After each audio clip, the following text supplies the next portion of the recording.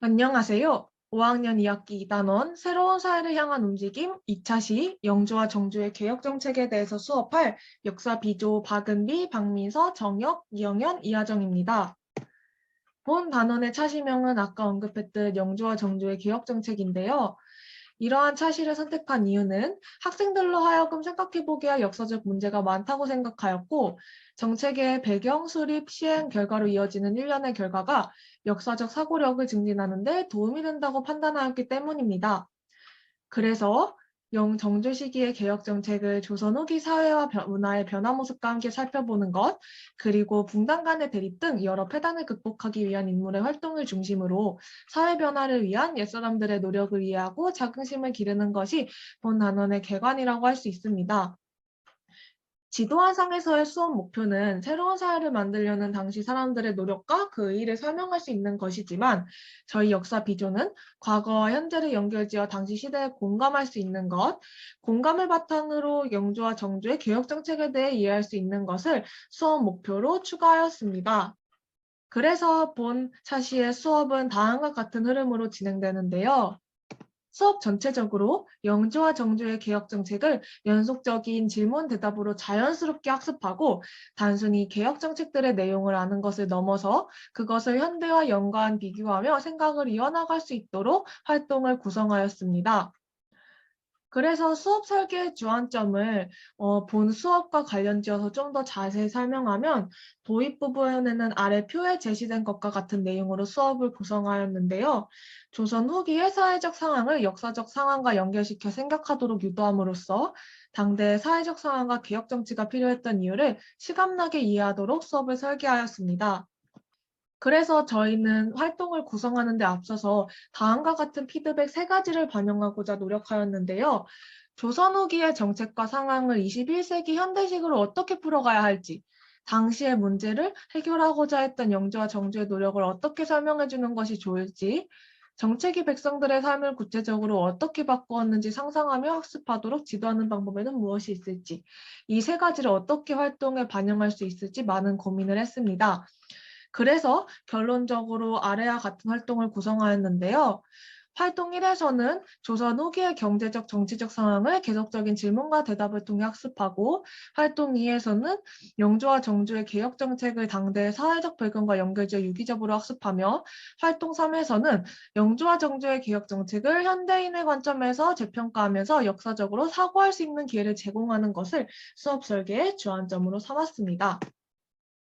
그래서 앞으로 활동에 대해서 수업 설계 주안점을 보다 자세히 설명하면 활동 1에서는 첫 번째, 영상 자료를 활용하여 학생들이 조선 후기 혼란스러웠던 조선의 모습을 생생하게 느껴볼 수 있도록 수업을 설계하였고요. 두 번째로 적절한 발문과 대답을 통해 조선 후기의 사회적, 정치적, 경제적 상황을 자세하게 파악할 수 있도록 수업을 설계하였습니다. 그리고 활동 2에서는 활동 1에서 알게 된 조선 후기의 상황과 연결지어 영주와 정주가 해당 정책을 펼쳤던 이유에 대해 생각할 수 있도록 수업을 설계하였고요. 두 번째로는 교사의 주입식 설명을 통해 각 정책을 설명하는 것을 지향하고 당시 조선시대에 살고 있던 사람들의 생활성을 알 수 있는 자료들, 예를 들면 일기 인터뷰, 영상 자료 같은 것들 있잖아요. 그것들을 통해 백성들의 삶에 공감하며 각 정책이 나타내게 되는 과정과 그 결과에 대해 학생들이 이해할 수 있도록 수업을 설계하였습니다. 마지막으로 활동 3에서는 첫 번째, 학생들이 타임머신을 타고 영주, 정주 시대로 돌아간다는 상황 설정을 통해 학생들의 역사적 사고를 유도하고자 하였고요. 두 번째로는 영주와 정주의 개혁 정책을 현대 사회에서 적용하면 어떨지 생각해 보면서 각 정책의 개선점은 무엇인지 종합적으로 비판, 고려해 볼 수 있도록 수업을 설계하였습니다. 그래서 마무리로는 좀 더 포괄적으로 내용을 정리하면서 끝나는데요. 영조와 정조의 정책을 종합적으로 이해하고 판단하는 것을 넘어서 조선 후기 코로나19 시대에 다양한 정책들이 없었다면 우리는 어떻게 되었을까 고민해 봄으로써 정책의 영향력과 중요성에 대해 실감할 수 있도록 수업을 설계하였습니다. 그래서 지금부터 앞서 설명한 오리엔테이션과 관련하여 본격적인 수업을 진행하도록 하겠습니다. 여러분 안녕하세요. 모두 자리하고 카메라 켜줄 수 있나요? 네, 모두 잘 접속된 거 확인했습니다. 그럼 지금부터 수업 시작해 볼게요. 우리 저번 시간에는 이단원에서 배울 내용을 전체적으로 훑어봤는데요. 그것에 이어서 오늘은 이단원 중에서도 영조와 정조의 개혁 정책에 관한 부분을 배워볼 거예요.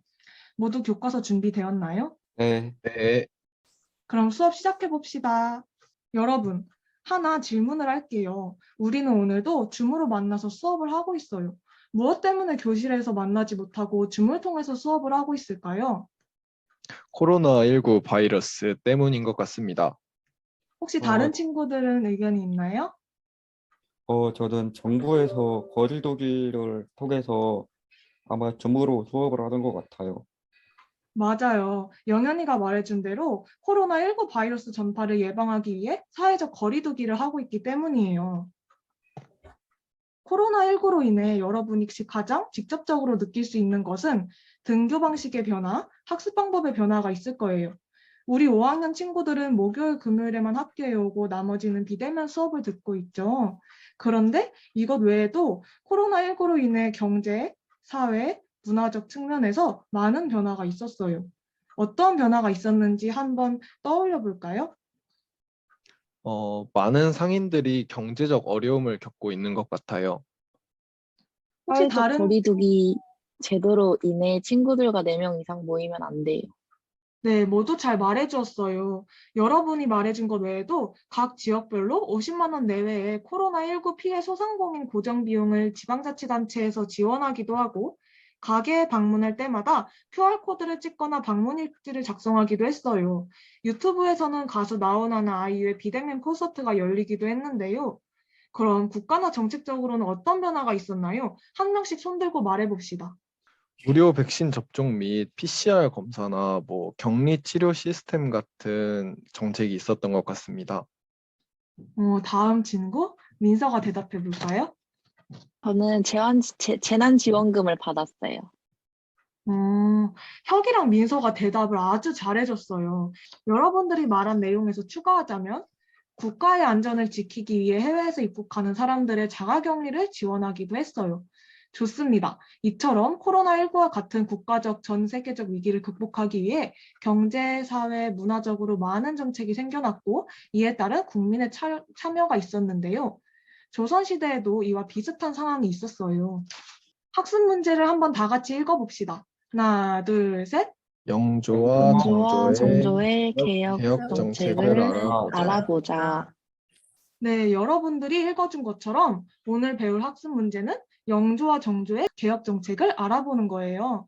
지금부터 조선 후기에 어떤 위기가 있었고 그것을 극복하기 위해 조선의 왕인 영조와 정조가 어떠한 노력을 하였는지 차근차근 알아볼 거예요. 지금부터 영상을 하나 시청해 봅시다.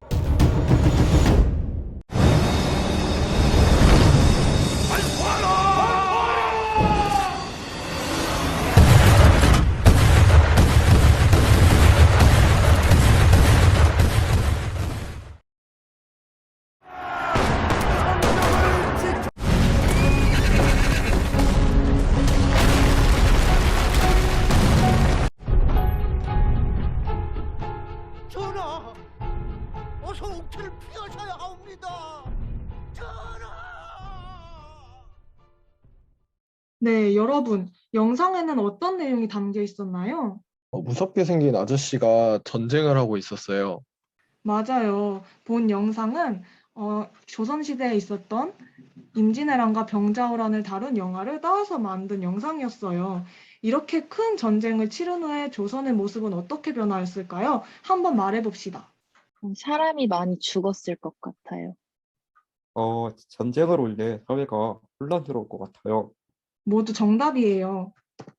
옛날 사람들은 주로 농사를 지어 먹고 살았는데 전쟁 직후 많은 사람이 죽어 노동력이 감소되고 토지도 훼손되었기 때문에 농업을 하기가 매우 어려웠어요.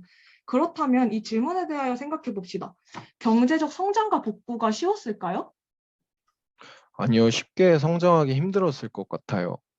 혹시 좀 더 보충해서 설명해 줄 사람? 국가의 도움 없이는 힘들었을 것 같아요. 민서가 중요한 포인트를 잘 집어주었어요. 우리 아까 코로나19 상황에서 경제적 위기를 극복하기에 국가가 국민을 어떻게 도와주었다고 했었죠? 재난지원금을 주어 국민들을 도와주고자 했어요. 네, 마찬가지로 조선 후기에도 전쟁과 귀족의 수탈로 인한 국민들의 어려움을 도와야 한다고 생각했던 사람들이 있었어요. 오늘은 그 사람들에 대하여 한번 배워볼 겁니다. 그럼 지금부터 두 번째 활동을 시작해 볼 텐데요. 아까 조선 후기에는 전쟁으로 인해 백성들의 상황이 무척 어려웠다고 했어요. 이러한 시기에 왕이 된 영조와 정조는 사회를 변화시키기 위해 무엇을 했을까요? 사회를 안정시키려고 노력했을 것 같아요. 혹시 다른 의견 있는 사람? 나라를 살리기 위해 새로운 정책을 냈지 않았을까요? 네, 민서가 말해준 대로 영조와 정조는 여러 방면으로 혼란스러웠던 조선을 일으키기 위해 수많은 정책을 펼치기 위해 노력했어요. 영조와 정조가 어떤 정책을 펼쳤는지 궁금하지 않나요? 지금부터 그들이 사회 변화를 위해 어떠한 개혁 정책을 펼쳤는지 알아봅시다. 교과서 89페이지로 넘어가 볼게요. 교과서 첫 줄을 다 같이 읽어볼까요? 네, 잘 읽어줬어요. 선생님이 붕당은 학문이나 정치적으로 생각을 같이 하는 사람들의 집단을 말한다고 했었죠. 붕당 사이 갈등이 심해져 국정 운영이 어려워지자 영조는 어떠한 정책을 시행했다고 적혀 있나요? 교과서에 찾아서 대답해 봅시다. 탕평책이라고 쓰여져 있어요. 혁이가 잘 찾아줬어요. 영조는 왕권을 강화하여 정치를 안정시키기 위해 탕평책이라는 정책을 시행했어요.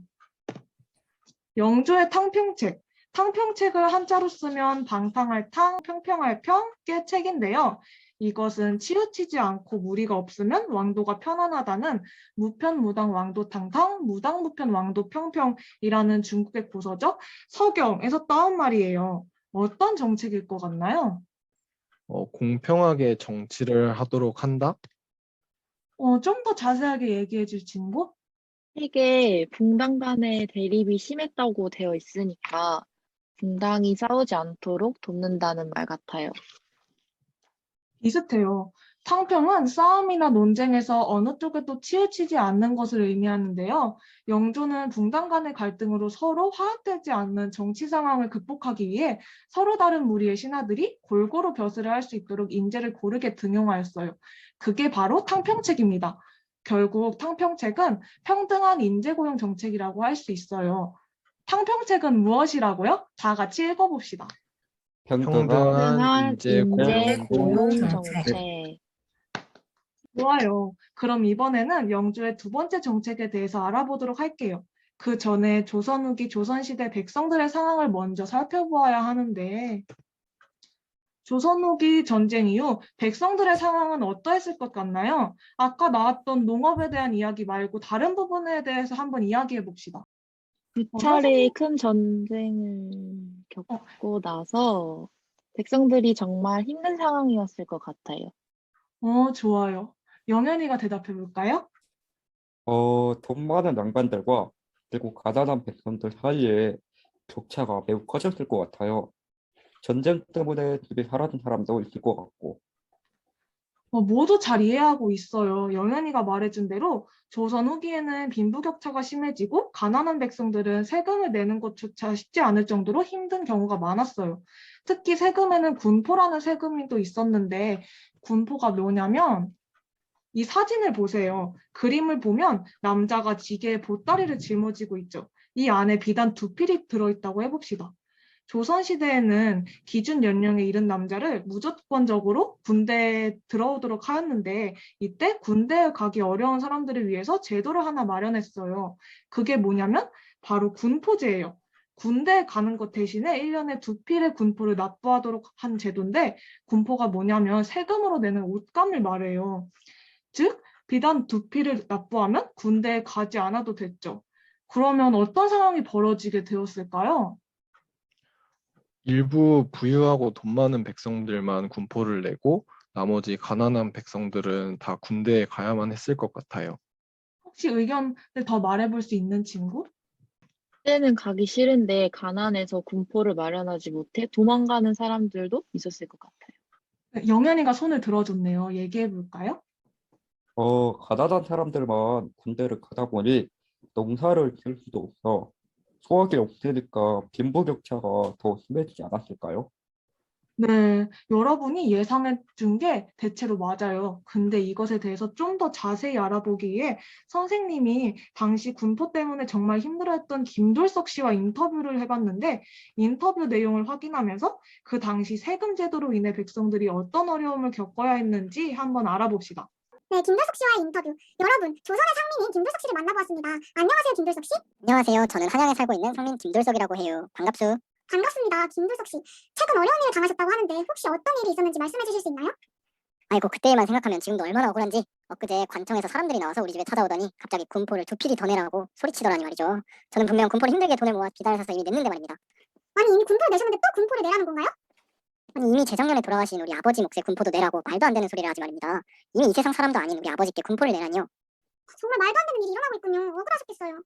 이뿐만이 아닙니다. 지난주에 옆집 옥자네 집에 가서도 군포를 내라고 하더라고요. 옥자 뱃속에 있는 아기가 아직 남자인지 여자인지도 모르는데 태어나지도 않은 아이 목까지 군포를 내라고 뚱딴지 같은 소리 하면서 사흘 안에 안 내면 곤장을 두들겨 맞게 된다고 협박까지 하더라니까요.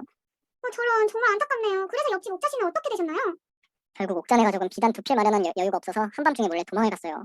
이제 도망친 옥자네 목까지 저희 애한테 내라고 소리치던데 진짜 앞길이 막막합니다. 여러분, 지금까지 김돌석 씨의 억울하고 안타까운 이야기를 들어보았습니다. 인터뷰 응해주셔서 감사합니다. 여러분, 인터뷰에서 김돌석 씨는 어떤 어려움을 겪고 있었나요? 이미 재작년에 돌아가신 아버지 몫까지 군포를 내야 한다는 억울한 상황이었어요. 네, 맞아요. 여러분, 더 심각한 사실은 비단 한 필은 백미 6석에 해당하는 가격으로 무척 비쌉니다. 백미 6석이 얼마냐 하면 720kg이에요. 20kg 쌀을 5만 원으로 잡았을 때 대략 6석이면 180에서 240만 원에 이르는 비용이죠. 가뜩이나 상황도 어려운데 1년에 240만 원씩 내야 하니 얼마나 힘들었겠어요. 하지만 다행히도 영조가 일찍이 군포로 인해 어려운 사회적 분위기를 알아차렸어요. 이를 해결하기 위해 정책 하나를 펼쳤는데 어떤 정책이었을까요? 세금을 줄여주는 정책이지 않을까요? 군포 제도를 없애고 공평하게 모두가 군대를 가게 했을 것 같아요. 민서가 말한 대로 군포 제도를 없애고 모두가 평등하게 군대를 가게 했을 수도 있지만 사실 조선시대 농민들은 농사를 지어야 돈을 벌고 먹고 살 수 있기 때문에 군대에 가기 굉장히 여의치 않았어요. 그래서 영조는 군포를 비단 한 필로 줄여주는 균역법을 실시해서 백성들의 부담을 덜어주고자 하였어요. 균역법이 무엇인지 다 같이 한번 읽어볼까요? 조선시대 조선시대 균형의 균형의 부담을 부담을 공감하기 위해 위해 두 필의 필의 군포를 공포를 3필로 줄여준 줄여준 제도. 제도. 그런데 유의할 점, 영조는 이것으로 개혁이 부족하다 생각하였어요. 여전히 사회가 안정되지 않았다고 생각했죠. 그래서 무엇을 했냐 하면 학문과 제도를 정비했습니다. 여러분은 조선시대에 잔혹한 형벌들이 많았던 것을 아시나요? 네, 저는 사극 드라마에서 봤는데 정말 잔혹한 형벌들을 많이 봤어요. 저는 조선시대를 배경으로 한 영화에서 봤는데 곤장을 때리는 것뿐만 아니라 사형도 있었던 것 같아요. 맞아요. 조선시대에는 선생님이 보여주는 이 말로도 담을 수 없는 잔혹한 형벌들이 많았어요. 심지어는 사형제도도 있었습니다. 그래서인지 때때로 누명을 쓰고 잔혹한 형벌을 받는 사람이 많이 나왔어요. 그래서 영조는 제도 하나를 마련했는데 어떤 제도를 마련했을까요? 화면에 힌트가 있습니다. 사형 삼심제요. 혁이가 말해준 대로 영조는 억울한 누명을 쓰고 사형을 당하는 사람을 줄이기 위해 사형 삼심제라는 제도를 도입했습니다. 뿐만 아니라 다른 잔혹한 형벌들도 바꾸도록 지시했어요. 그런데 과연 이러한 변화를 위해 영조는 어떤 방법을 사용했을까요? 전령을 보내 곳곳에 관하여 형벌을 바꾸라는 명령을 내렸을 것 같아요. 네, 조선시대에도 법전이 있었다고 배웠는데 법전의 형벌들과 관련된 내용들을 바꾸지 않았을까요? 네, 민서가 정확히 짚어주었어요. 영조는 통치의 기틀을 마련하기 위해 속대전을 편찬하였습니다. 성종대에 완성되었던 법전인 경국대전에서 누락된 내용 중 당시 사회에 맞는 것을 보충하기도 하고 적절치 못한 것을 제외하기도 했어요. 이를 통해 영조는 사회체제가 안정될 수 있는 길을 만들었습니다. 여러분, 이번에는 정조의 개혁 정책에 대해서 알아보겠습니다. 먼저 교과서 90쪽 아래를 한번 볼게요. 다들 무엇이 보이나요? 옛날 한옥 느낌의 건물이 보여요. 제목을 보니 주장각이라는 건물인 것 같아요. 맞아요. 교과서 90쪽 아래에 있는 사진은 서울 종로구에 있는 규장각의 사진이에요. 정조는 창덕궁 후원에 왕실의 도서관인 규장각을 설치했습니다. 이 규장각에서는 무슨 일을 했을까요? 왕실의 도서관이니 엄청나게 많은 책들이 있어서 다양한 사람들이 책을 읽었을 것 같아요. 세종대왕 때 집현전처럼 학자들이 공부를 했을 것 같아요. 네. 궁궐 아들들이 왕이 직접 들려서 책을 보거나 공부를 하기도 했을 것 같아요. 네, 맞습니다. 여러분이 말해준 것처럼 규장각에서는 정말 많은 일이 일어났어요. 학자들이 학문을 연구하기도 하고 왕과 함께 나라의 정치와 관련된 회의를 하기도 했습니다. 이번에는 정조의 두 번째 정책을 알아보기 전에 조선의 경제 상황을 알아볼 거예요. 선생님이 시전상인 박무혁 씨의 일기를 찾아왔는데 선생님이 읽어주는 걸 듣고 잘 따라와 보세요.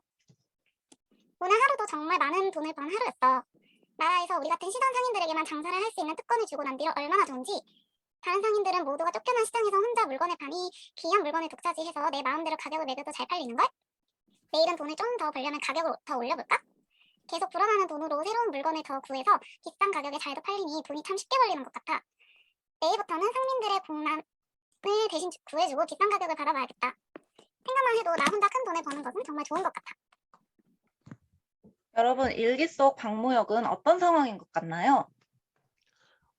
박무혁 같은 몇몇 시전 상인들에게만 장사할 권리가 생겨 모두가 쫓겨난 시장에서 혼자 장사 중이에요.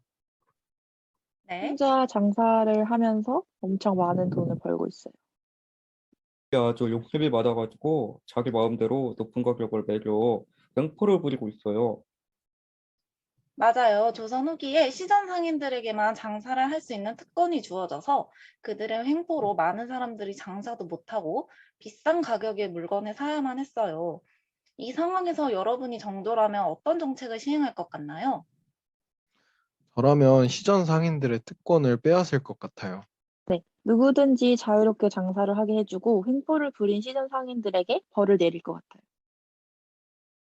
물건의 가격을 터무니없이 정할 수 없도록 가격 제한처를 만들고 싶어요. 네, 여러분이 말해준 것도 정말 좋은 의견 같아요. 이런 상황을 알게 된 정조는 시전 상인들에게 특권을 몰아주는 제도를 우선 없애버렸어요. 그리고 많은 양의 물건을 거래하는 대상으로부터 소상인들을 보호하였고 가난한 상인들에게는 무이자로 돈을 빌려주기도 했답니다. 네, 마지막으로 정조의 가장 위대한 업적 중 하나인 수원화성 건설에 대해서 알아볼 거예요. 영상을 볼 때 수원화성의 특징에는 무엇이 있는지에 집중하면서 영상을 시청하겠습니다. 여러분, 영상을 보고 나서 기억나는 수원화성만의 특징이 있나요? 최초로 돌과 벽돌을 함께 사용해서 건설한 점이 기억에 남습니다. 흰 무기인 화포 공격에도 쉽게 무너지지 않도록 성벽을 구불구불하게 만들었다는 점입니다. 기존의 건축 기술이 아닌 도르래일 원리가 쓰인 고중기나 농로 같은 첨단 기술력이 쓰였다는 점입니다. 네, 맞아요. 여러분이 영상의 내용을 잘 기억해 준 것 같아요. 정조는 새로운 과학기술을 응용하여 읍성과 산성을 모두 갖춘 성곽도시인 수원화성을 건축했어요. 생활 공간이면서 적군을 상대로 전쟁도 치를 수 있었어요. 그리고 상업의 중심지로 삼으려고 했던 새로운 개념의 계획도시를 만들 수 있었습니다. 그렇다면 정조는 왜 수원에 화성을 건설했을까요? 수도인 한양과 가까워서인 것 같습니다. 저는 아마도 수원 땅이 기름지고 풍족해서 그런 것 같아요. 네, 맞습니다. 정조는 수원화성을 지을 때 지리적 요소도 고려했어요. 수원은 서쪽으로는 팔달산을 끼고 동쪽으로는 낮은 구릉이 있어 공격과 방어가 모두 가능한 지형이었습니다. 그리고 여러분이 말해준 것처럼 수도인 한양과 가깝고 기름지고 풍족한 땅을 가지고 있었죠. 덕분에 수원화성은 누군가의 침입에서 공격과 방어를 모두 해낼 수 있는 요새이면서 좋은 생활 환경을 제공해주는 지리적 특징이 있었습니다.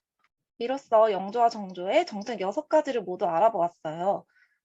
두 분은 왕으로서 충분히 백성을 사랑하고 부국강병을 위한 정치를 펼쳤다는 것을 알 수 있었죠.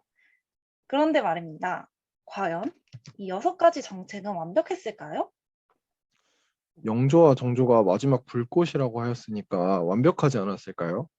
아무리 뛰어난 정책이어도 누군가에게는 아쉬운 점들이 저는 조금은 있었을 것 같아요. 네, 맞아요. 여러분이 말해준 것처럼 과거에 이뤄졌던 정책을 지금 시점에 봤을 때는 개선할 점들이 있을 거예요. 예시를 한번 들어보겠습니다. 과거 조선시대의 과거 제도를 한번 살펴볼까요? 개선할 점은 무엇이 있을까요? 과거 제도는 모든 신분이 볼 수는 있었지만 실제로는 시간의 여유가 있던 양반만이 거의 볼 수 있었다고 알고 있어요. 네. 저는 당시 교통이 불편했음에도 불구하고 과거를 보려면 수도인 한양까지 정말 목숨을 걸고 올라가야 했던 게 있는 것 같아요. 맞아요. 신분에 따른 제약이 현실적으로는 있었고, 세 번의 시험이 모두 한양에서 이뤄졌어요. 그러면 이제 여러분이 말한 내용을 바탕으로 과거 제도에 대해 한번 개선점에 대해서 생각해 보겠습니다. 신분에 관계없이 공평한 시험이 이루어질 수 있도록 과거 제도를 구상하는 것도 개선 방안의 하나인 것 같아요. 과거 제도가 총 3번으로 이루어졌는데 그중 처음 보는 시험은 가까운 중심 지방에서 치르는 것도 개선 방안일 것 같아요. 네, 맞아요. 지금 여러분이 개선 방안에 대해서 직접 생각해 보았는데, 생각보다 개선 방안을 떠올리는 것이 어렵지 않죠? 네, 선생님께서 주어진 주제에 대해 말씀해 주셔서 쉽게 이해도 됐고, 개선해야 될 주안점을 어렵지 않게 생각할 수 있었던 것 같아요. 좋아요. 앞서 언급했던 것처럼 영조와 정조는 조선을 위한 정책과 제도를 많이 시행했어요. 민생 안정과 부국 강병을 위한 노력을 많이 했다는 점을 우리가 알 수 있었죠. 그러나 그때는 과거이고 지금은 현재이죠. 과거 정책들이 현대에 적용하기 위해서는 어떤 점이 개선되어야 하는지 한번 6가지를 살펴보고 서로 의견을 주고받아 봅시다. 선생님, 네. 그런데요, 과거에 있던 일이랑 현재랑 무슨 관련이 있고 도대체 개선점을 찾아야 하는 이유가 무엇인가요? 네, 민서가 좋은 질문을 해주었어요. 이 활동은 영조와 정조의 업적을 살펴보는 활동이지만 역사는 과거를 보고 배우는 과목이죠. 과거에 아무리 좋은 정책이라 하더라도 현대에 반드시 적용해야 할 수 있을까요? 예를 들어서 대한민국 국민이라면 납세의 의무가 반드시 있어요. 그러나 과거에는 양반들은 보통 납세를 안 하거나 혹은 납세를 면제할 수 있는 방법이 여러 가지가 있었어요. 이렇게 과거에 했던 면제해준 방식 그대로 현대에 다시 적용할 수 있을까요? 아닐 것 같아요. 아니요. 네, 그러면 많은 사람들이 납세 의무를 지지 않으려고 할 것 같아요. 네, 맞아요. 선생님도 그렇게 생각해요. 지금은 현대 사회에 맞춰서 과거 납세 제도에서 개선점을 추가로 발전하면서 감면이 필요한 사람들에게 법적으로 근거해서 네, 해주고 있습니다. 마찬가지로 과거에는 좋은 제도, 좋은 정책이었다 하더라도 현대에는 다 다를 수 있겠죠. 앞으로 여러분은 대한민국의 미래가 될 사람이니까 과거를 보고 배우면서 개선점을 찾는 활동을 하면 더 멋진 사람으로 성장할 수 있을 것이라 생각해요. 맞아요. 생각을 많이 해볼 수 있어서 좋을 것 같아요. 네, 그러면 우리가 위에서 배웠던 업적들에 대해서 다시 한번 개선점을 찾아보겠습니다.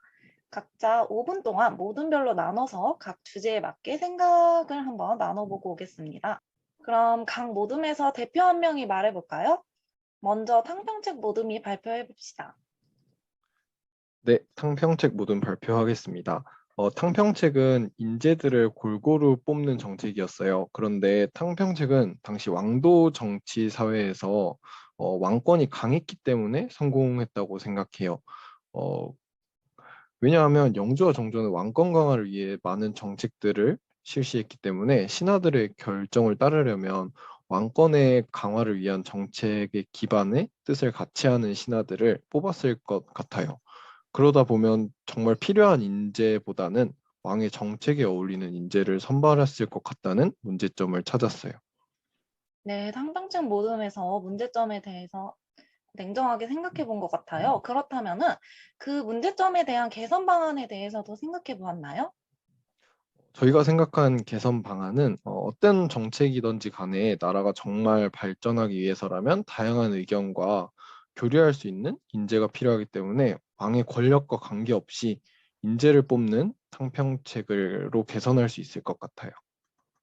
좋아요. 당시 왕도 정치에 근거한 조선 사회였기 때문에 인재를 다양하게 뽑기보다는 왕의 정책에 도움을 줄 수 있는 신하들을 뽑았다는 것은 탕평책의 본래의 취지와는 조금 어울리지 않는 면이 있을 것 같아요. 그렇죠? 네, 그러면 다음으로 세금 감면 정책 관련 모둠이 한번 발표해 보겠습니다. 네, 저희는 군포를 두 필에서 한 필로 줄여주는 정책이 과연 도움이 될까에 대해 생각을 해봤어요. 두 필에서 한 필로 줄인 것은 그마저도 못 내는 사람이 있기 때문에 줄인 건데, 오히려 바꿔서 생각하면 두 필도 못 내는데 한 필조차 낼 수 있는 여건이 있었을까에 대해서 한번 생각을 해보았어요. 네, 맞아요. 세금 감면 정책에서 백성들의 입장에서 잘 생각해 본 것 같아요. 그렇다면 어떤 개선 방안이 있을 수 있을까요? 네, 그래서 저희가 생각한 개선 방안은 백성들의 상황을 고려해서 수치 제도를 개편하는 것도 하나의 개선 방안이라고 생각했어요. 예를 들면 낼 수 있는 사람은 여유 있는 만큼 내면 없는 사람들에게 그만큼 여유가 생기지 않을까 생각했습니다. 또는 그의 농사가 풍년인지 흉년인지에 따라 수치 제도를 조금 조절을 해도 좋을 것 같아요. 네, 좋은 아이디어인 것 같아요. 당시 수치 제도는 백성들에게 엄청난 부담을 주었지요. 당시 백성들을 고려해서 수치 제도를 개편하는 것도 하나의 개선 방안이 될 수 있을 것 같아요.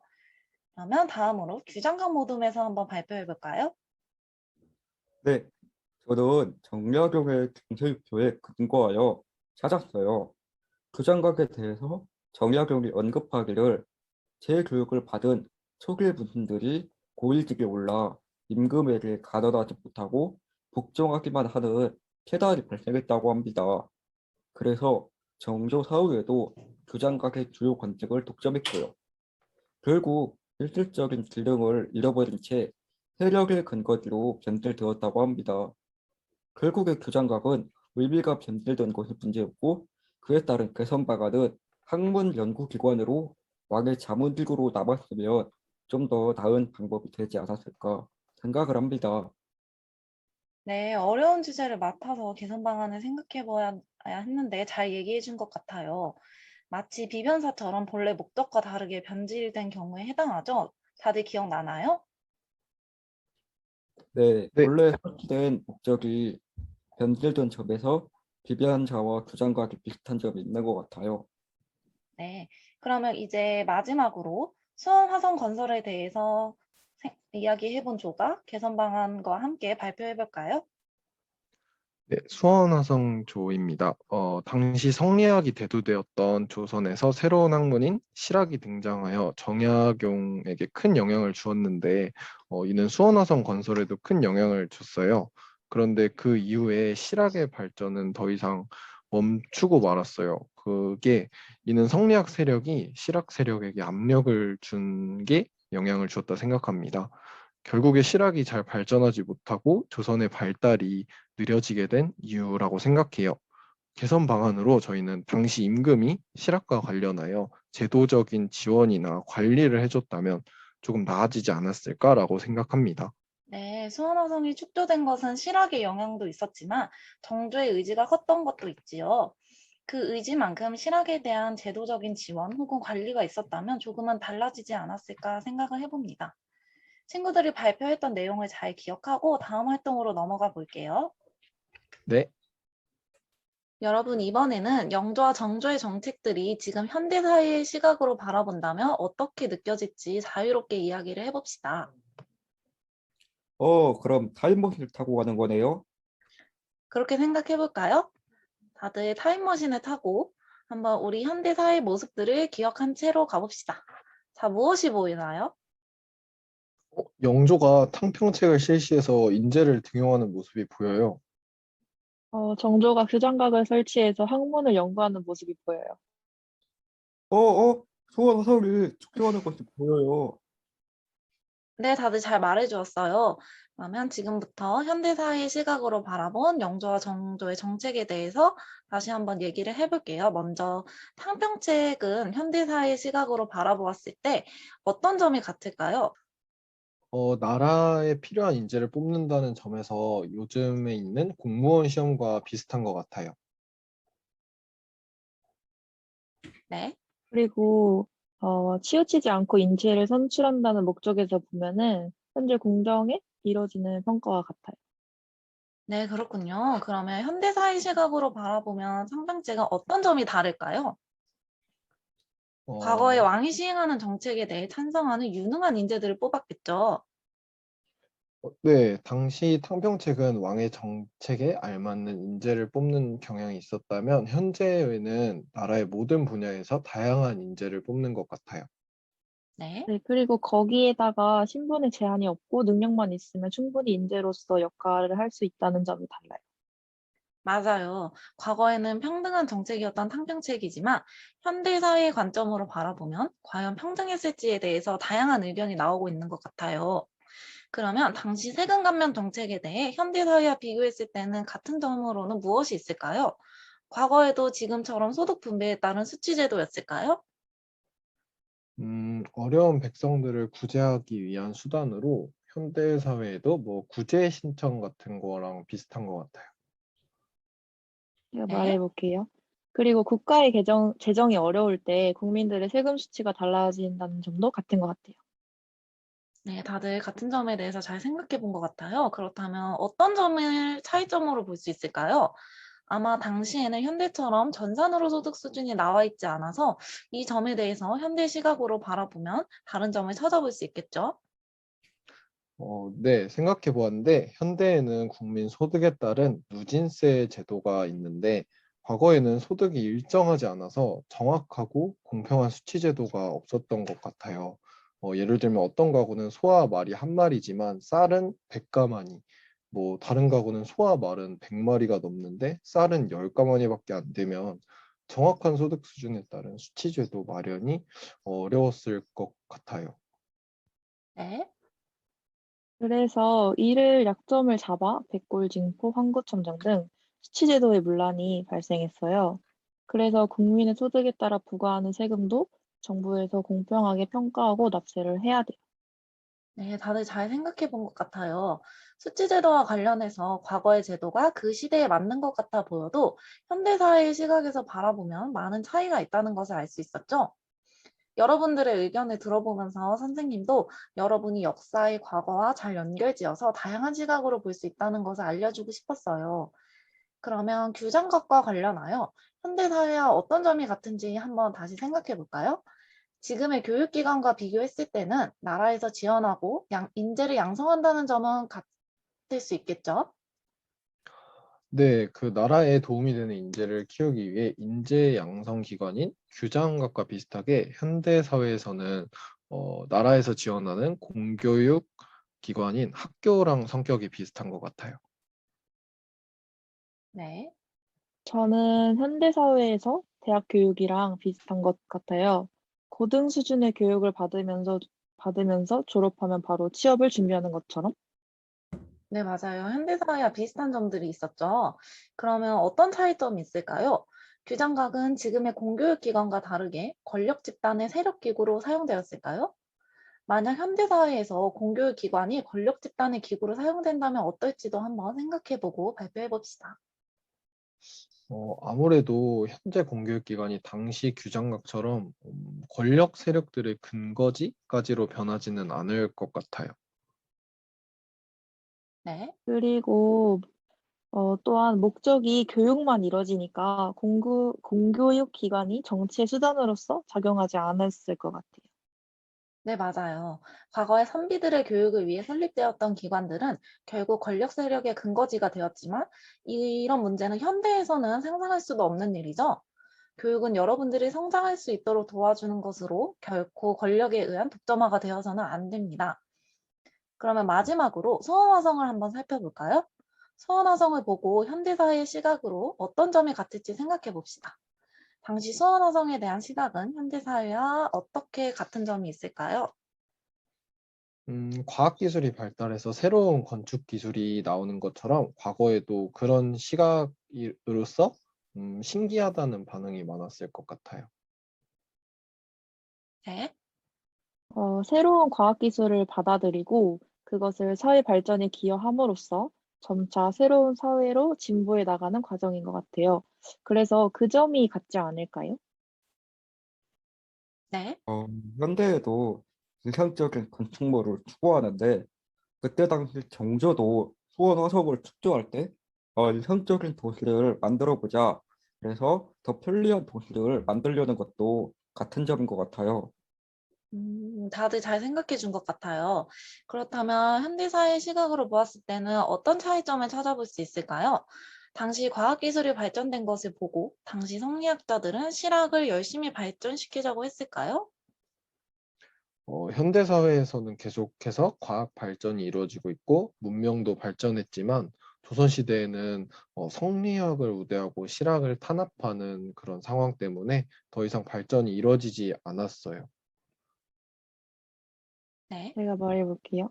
그리고 현대에는 건축 기술의 발전으로 자연과 어울리고 인간 생활이 편리하고 다양한 기능을 가진 삶을 추구할 수 있도록 다양한 기술들이 발전되었지만 과거에는 도르래, 거중기에 자연과학의 하나로 건축해서 유네스코 세계문화유산에 등재된 것도 또 하나의 차이인 것 같습니다.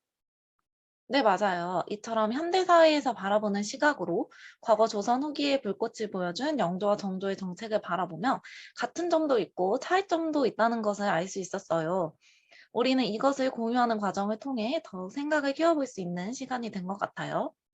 현대사회에서 바라보는 시각으로 과거 역사를 배운다는 것. 정말 어렵게 들릴지도 모르지만 여러분은 잘 하고 있었다고 생각합니다. 그럼 수업을 마무리하면서 정리 활동을 해보겠습니다. 네, 네. 오늘은 영조와 정조의 정책을 배워보았어요. 수업의 첫 부분에서 우리 사회의 모습을 보았었죠? 네. 코로나19로 인한 어려움과 그리고 시행된 정책들이요. 그런 정책들과 방금 배운 영조와 정조의 개혁 정책들 덕분에 사회는 어떻게 되었나요? 혼란을 줄고 또 어려움을 극복하는데 도움이 되었다고 생각해요. 이런 문제점과 어려움과 시행된 정책들을 통해서 여러분은 어떤 느낌을 들었나요? 저는 시기와 상황에 맞는 적절한 정책이 필요하다고 느꼈어요. 네. 저는 당시 고통받는 평민과 노비들의 심정을 이해하고 국가의 안정을 되찾으며 함께 성장해 나가는 모습이 인상 깊었습니다. 네. 그런데 조선 후기나 코로나19 시대에 이런 다양한 정책들이 없었다면 지금 우리는 어떻게 되었을까요? 국가가 힘을 잃고 다양한 외세 침략 등도 발생할 수 있을 것 같아요. 네. 네, 맞아요. 그래서 나라가 망할 수도 있고 나라가 망하는 건 진짜 안 좋으니까 그래서 저는 또 정책의 필요성을 느낄 수도 있었어요. 저는요, 코로나19 극복 정책이 없었다면 많은 사람들을 아프고 실제로 국가위기 상황에 처했을 것 같아요. 네, 혁이, 민서, 영현이 모두 잘 말해주었어요. 조선 후기의 모습과 코로나19가 도래한 현대에서 적절한 정책이 없었다면 국가가 힘을 잃고 안정된 사회의 모습을 볼 수 없었을 거예요. 오늘 영조와 정조의 개혁 정책에 대해서 배워봤는데요. 그들이 사회의 현실을 바꾸기 위해 노력한 과정과 결과에 대해 배운 것을 바탕으로 여러분들이 앞으로 생겨나는 사회적 문제에 대해서 어떤 정책이나 해결 방법이 있으면 좋을지 계속해서 생각해보는 시간이 되었으면 좋겠어요. 다음 차시에는 조선 후기 사회 문제를 해결하기 위한 노력들에 대해서 알아보도록 하겠습니다. 다들 오늘 수업 잘 참여해줘서 너무 고맙고 수고 많았어요. 감사합니다.